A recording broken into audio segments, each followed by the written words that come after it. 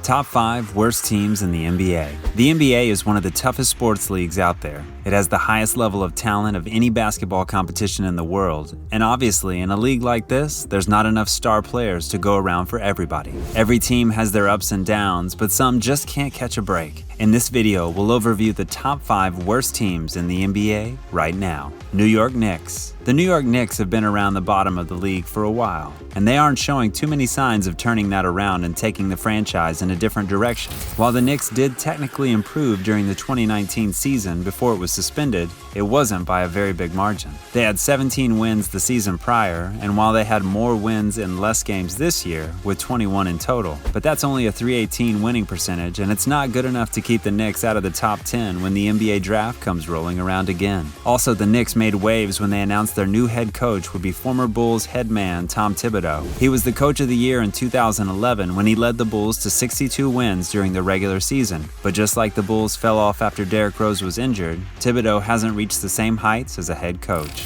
He didn't find much success with the Timberwolves after being let go by the Bulls and was also fired by that franchise before coming to the Knicks. The agreement was announced on July 30th, so we still haven't seen just how Thibodeau will do in action as the head coach of the Knicks. However, it's safe to say there's at least some worries with fans of the Knicks that the team isn't being led by a modern coach and that Thibodeau will treat this like it's still his glory days with the Bulls. Before the Knicks can think about leveraging their big-time location to get big-name free agents, they'll have to make some improvements with their .318 winning percentage from 2019, and it still remains to be seen if Thibodeau is the right one to lead them with that. Golden State Warriors. After their run as a dominant dynasty, it almost feels strange to say that the Golden State Warriors are one of the worst teams in the league, but they are, and part of it comes down to bad luck. When the season was suspended, the Warriors ended on the worst note out of any of the teams that didn't make the bubble. Stephen Curry had returned by that point, but it was too little too late, and his efforts weren't enough to turn around the dire situation for the Warriors. And they were just about doomed to that fate as soon as Curry went down with the injury.